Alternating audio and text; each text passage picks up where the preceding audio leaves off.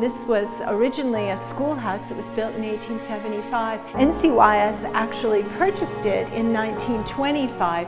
For 21 years, this building served as not only his studio, but also the family's home.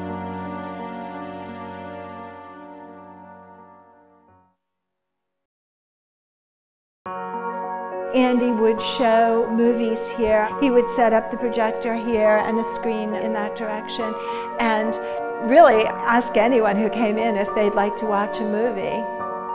When the Wyeths lived here as a family from 1940 to 1961, they had their two sons, Nicky and Jamie, and this little photograph actually shows a carved lion's head that hung up here. It was a piece from a carousel wagon.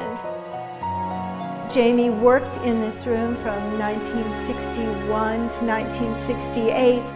He did many of his early oil paintings here, and we show on the easel a reproduction of his portrait of John F. Kennedy.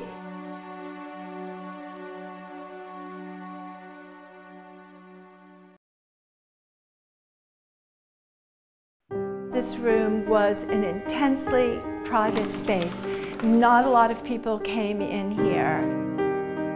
It's a wonderful space to learn the process, the artist's process, and also to see where some of his creative imagery came from. Wyeth enjoyed looking at what he was painting through a mirror. He would step back, look at the work through the mirror, and get a little bit of a different perspective on what he was painting. On the wall you see photographs of the three most important men in his life. His father, Andrew Wyeth, Howard Pyle. The final photograph is Peter Hurd, his brother-in-law, sort of a big brother figure in his life. Peter Hurd taught Andrew and Andrew Wyeth how to paint in tempera. It's a medium where the paint pigment itself is bound by egg yolk. Andy would crack the eggs, discard the whites, and then use that yolk and some distilled water and dry pigments, mix those together and paint with those.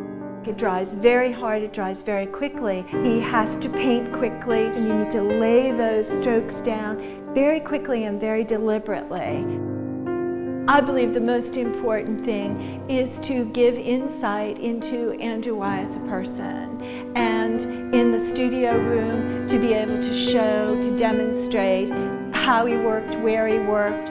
People go to a museum or a gallery and they stand and look at a painting on the wall, but I think very few people have maybe been in an artist's studio. That so increases the understanding of the museum experience.